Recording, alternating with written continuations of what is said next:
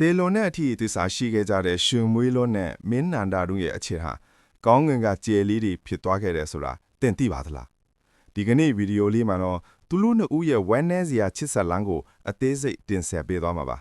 အခုလိုစိတ်ဝင်စားစရာအကြောင်းအရာတွေကိုအမြဲကြည့်ရှုနိုင်ဖို့ကျွန်တော်တို့ရဲ့ OKI No Channel လေးကို Subscribe လုပ်ထားပေးပါဦးနော်ရန်ကုန်မြို့ရဲ့တစ်ဖက်တစ်ချက်မှာရှိကြတဲ့တန်လင်းနဲ့တလ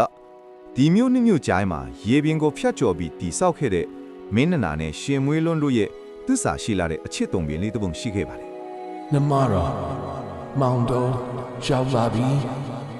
ဒီညမိဟိဘီလိုလိုင်းလေးထိုင်လိုက်ချီရဲ့နမတော်ကိုထွေးချင်းစောနေတာငမိုးရိတ်ကျော်ကိုစီစီအရောက်လာခဲ့ရတာပါပဲမောင်တော်ဖျားနမတော်စိုးရိမ်မကင်းဖြစ်ရပါတယ်။နှုံကိုဒီလိုပေးရင်တည်းများတဲ့ရေဖြင့်ကို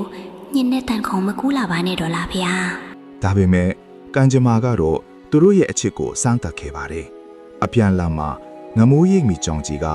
မင်းနန္ဒာကိုအန်ဒီရဲကနေကာကွယ်ပေးဖို့ဗဆက်ထဲငုံပြီးကူးခတ်ပေးရကနေမတော်ဆအသက်ရှူချက်ပြီးမင်းသားလေးဟာရေပြင်အလဲမှာပဲအသက်ဆုံးရှုံးခဲ့ရပါတယ်။အာမောင်တော်ဖေ။တစ္ဆာမဲလာချီလာမောင်တော်ရဲ့နမတော်ကိုထားရင်လေတလားရှင်မရှိတဲ့ဒီလောကကြီးမှာနမတော်ဘယ်လိုများအသက်ဆက်ရပါမလဲရှင်မွေးလွန်းဟာရင်ကွဲနာကြကမင်းနန္ဒာအနားမှာပဲလဲကျတည်ဆုံးသွားခဲ့ပါတယ်သူတို့နှစ်ဦးကိုမြစ်ကမ်းနားမှာပဲအတူတူတညိုခဲ့ကြက